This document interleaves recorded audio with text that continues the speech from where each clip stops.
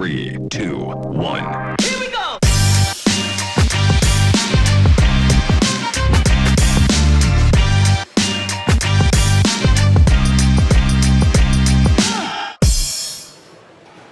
Oh, quelle journée géniale, beaucoup de monde ici à Bordeaux ce 9 décembre pour la 4e édition du CHU Health-Tech Connection Day. C'est formidable ce qui se passe, un secteur agile qui apporte son dynamisme, son expertise aux géants que sont les CHU. On va poursuivre la réflexion, parce qu'il s'est dit beaucoup de choses dans les travées, dans les amphithéâtres, dans les conférences, avec David Boucard. Bonjour David.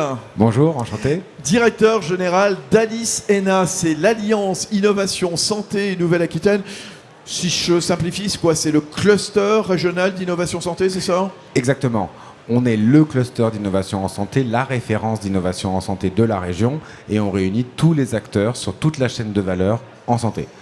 Donc aussi bien les institutionnels, les académiques et évidemment les entreprises qui représentent environ 2/3 de nos adhérents et de notre écosystème aujourd'hui. Oui, c'est ça, la palette est assez large puisque vous adressez donc, à tous les acteurs industriels du secteur de la santé, bien sûr.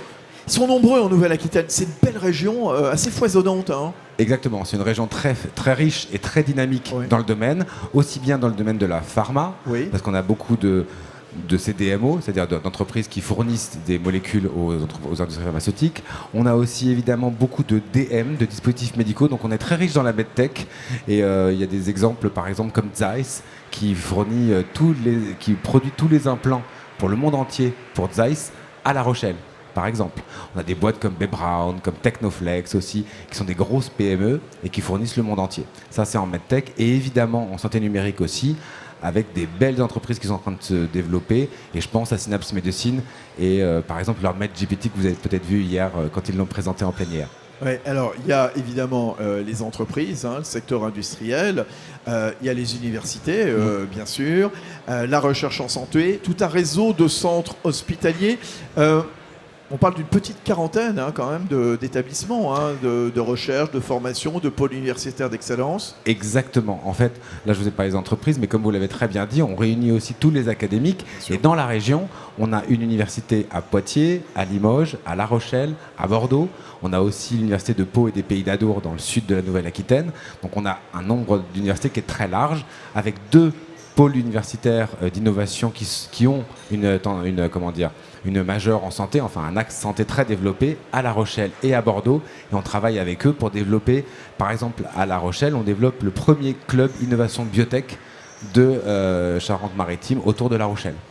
Et on n'oublie pas les associations de patients aussi. Exactement. Oui, comme ça, la boucle est bouclée. Exactement. Encore une fois, c'est tous les acteurs de l'innovation et évidemment ceux à qui ça profite, c'est-à-dire les associations de patients. À nous. Voilà. Exactement.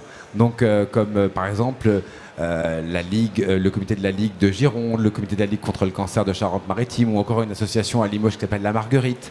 Et donc, ça nous permet de mettre en lien dès le début de la conception de l'innovation les patients et les associations de patients. Pour nous, c'est très important que les utilisateurs finaux participent à la conception des innovations. Alors, on voit évidemment vous adresser à un monde incroyable, évidemment, on l'a dit, la palette est extrêmement large. Maintenant, qu'est-ce que vous leur proposez ? Parce que vous êtes un fournisseur d'expertise en innovation, c'est ça ? Je simplifie peut-être à dessein.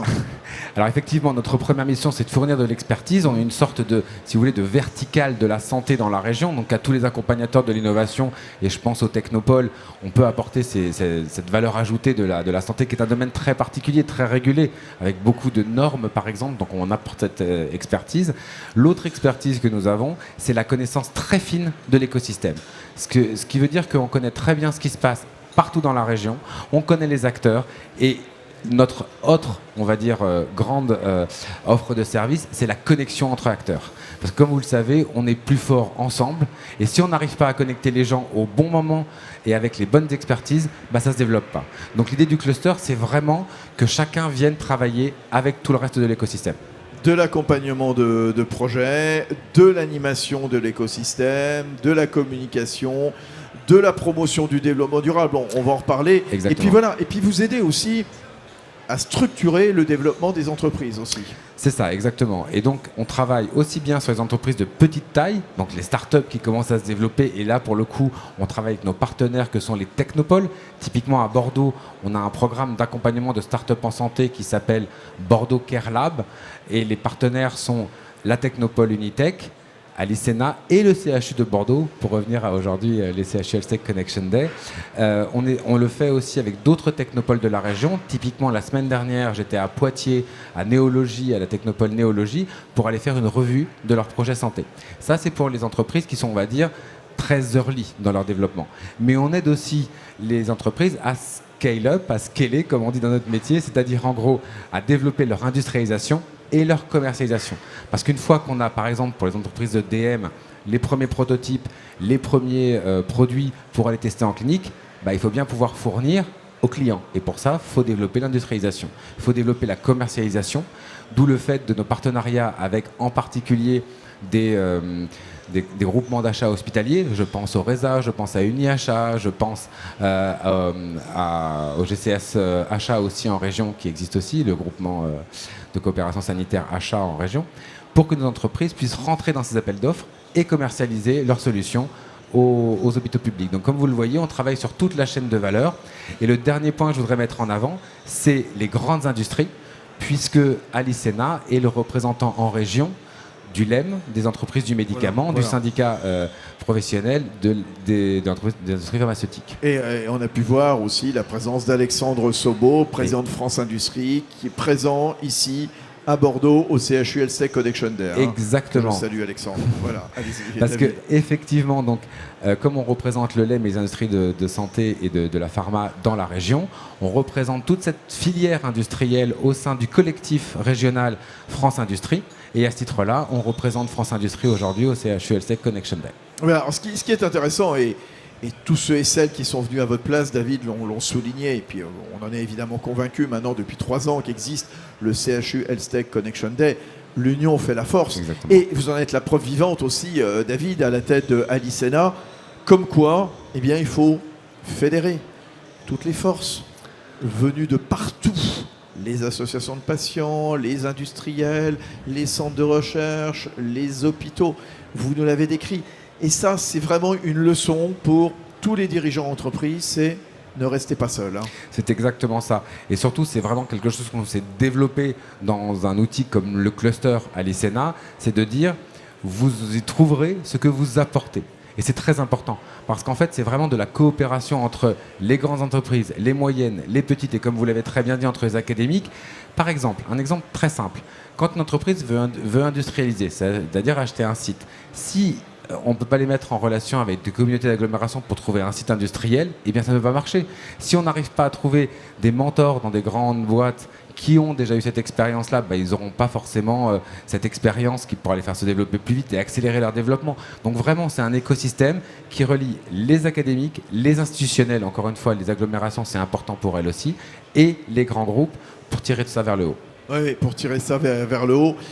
Et trouver des solutions. Voilà, l'idée, c'est, comme je le disais, il faut se parler, il faut gagner un dirigeant d'entreprise et un patron d'hôpital, probablement aussi, il a besoin de gagner du temps. Et c'est la force du réseau, évidemment, et c'est ce que vous mettez en place, vous, avec Alicena. La donnée intelligence artificielle, on n'a parlé que de ça ici à Bordeaux, l'IA, la donnée, comment on protège la donnée, comment est-ce qu'on la déploie. Qu'est-ce que vous recommandez? C'est quoi vos conseils, justement, pour un dirigeant d'entreprise, voilà, ou un hôpital, ou un professionnel de santé qui se dirait, l'IA, comment j'y vais? Comment je la déploie? À quelle porte je frappe? Qu'est-ce que vous dites, vous? Alors en fait, je crois que ça dépend, on va dire très clairement, ça dépend des acteurs. Parce qu'en fait, les problématiques ne sont pas exactement les mêmes lorsqu'on est un producteur de données, et je pense aux établissements de soins en particulier, donc ils doivent structurer et anonymiser, parce que n'oublions pas que utiliser les données de santé, c'est quand même très très complexe et qu'il y a toute une réglementation autour, en particulier une réglementation européenne, je pense à la RGPD, et que c'est pour ça en particulier que les EDS, les entrepôts de données de santé, ont été financés par l'État. Donc aujourd'hui, en Nouvelle-Aquitaine, on a un EDS qui a été financé, qui s'appelle l'EDS Nova.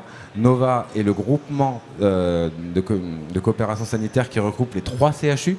Et donc l'idée, c'est que dans chacun des CHU, on développe un entrepôt de santé et on puisse le mettre en commun au service des entreprises et des projets de développement. Donc ça, c'est pour la partie académique. Pour les entreprises, effectivement, ça peut parfois être un peu difficile, on ne va pas se leurrer, d'avoir accès à ces données. Et donc c'est pour ça que ce à quoi on travaille et ce qu'on pousse, c'est l'accélération de la contractualisation.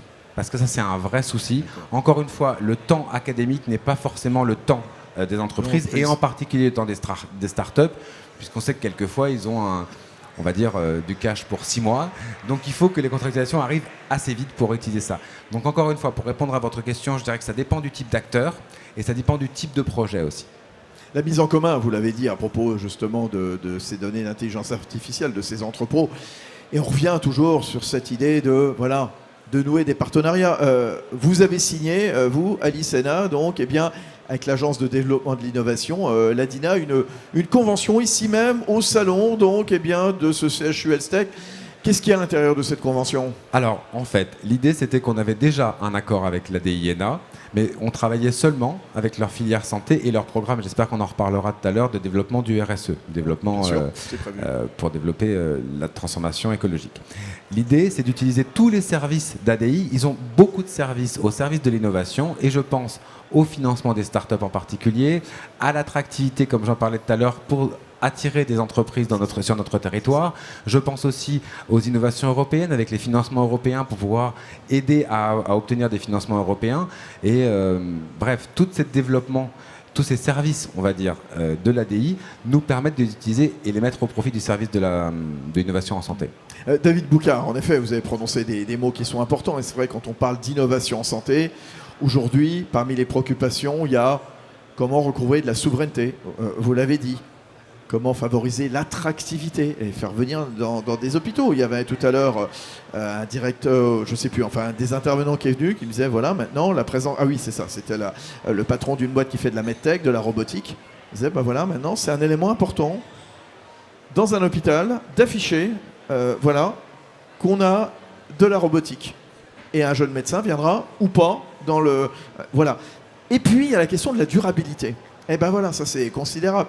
La RSE, sur quoi se joue la RSE quand on parle comme ça d'innovation santé, de pratiques hospitalières ? David Boucard. Alors, encore une fois, ça va dépendre des acteurs. Je suis désolé d'être aussi précis. Surtout quand on est, comme vous, à l'ICENA, aux confins de plein d'acteurs différents. Donc vous avez raison d'être prudent. Donc je préfère être précis. Et donc effectivement, il y a une partie de durabilité au niveau des hôpitaux, et ça c'est poussé en particulier par l'ARS avec un programme qui s'appelle CAP Hôpital Durable, et ça c'est l'ARS qui le pilote. Et puis par contre, pour les entreprises du domaine de la santé, il y a un programme qui est géré par ADINA, justement, qui s'appelle Loop Santé, et qui accompagne la transition écologique. Et donc justement, on travaille avec ADINA pour pouvoir que les entreprises domaine de la santé puissent opérer ce tournant de transition écologique. Et ça peut prendre beaucoup de formes. Par exemple, pour les dispositifs médicaux, ça peut être de l'éco-conception. C'est-à-dire chercher des matériaux éco-conçus ou alors aller chercher, par exemple, pour des molécules aussi. Le président de la région, il tient aussi beaucoup, Alain Rousset, à aller chercher peut-être des matières premières qui seraient soit des valorisations de déchets d'autres filières, par exemple la filière agricole pourrait être intéressante, ou bien des matériaux biosourcés. Et ça pourrait être très intéressant. Donc ces deux exemples que je vous ai donnés, l'éco-conception et le biosourcing, qui peuvent faire partie de cette transformation RSE. Et l'état des lieux dans la région, on est en pointe, la région Nouvelle-Aquitaine ? Alors, je pense qu'on est plutôt en pointe par rapport aux autres régions. D'abord, grâce aux 3 feuilles de route régionales qui ont été faites donc, par le Conseil régional de Nouvelle-Aquitaine, en particulier celle qui s'appelle Néoterra et qui met la transition écologique au cœur de toutes les politiques. Et l'autre qui me concerne directement, qui est la feuille de route santé de la région Nouvelle-Aquitaine. Et la transition écologique aussi traverse tout cela. Et je pense que pour une région comme la nôtre, qui a à la fois une grande géographie littorale, ensuite de l'agriculture aussi très forte, et évidemment de l'agro-agri qui est une filière très importante en Nouvelle-Aquitaine, je pense que peut-être vous souvenez-vous des propos du vice-président de la santé, vice-président qui est chargé de la santé au Conseil régional qui vous a dit ça tout à l'heure. Oui, il y a tout un pan sur la One Health, Oui. sur la Une Santé, Voilà. qui est extrêmement importante pour lier à la fois la santé environnementale, la santé La animale santé et la animale santé et la humaine. santé humaine. bien Exactement. sûr. Voilà, la boucle est bouclée. C'était passionnant. David Boucard, directeur général Merci beaucoup. d'Alice ENA, l'Alliance Innovation Santé Nouvelle-Aquitaine, invité ici sur le plateau de 100% Health dans le cadre du CHU Health Connection Day à Bordeaux, voilà, capitale de la Nouvelle-Aquitaine. 3, 2, 1.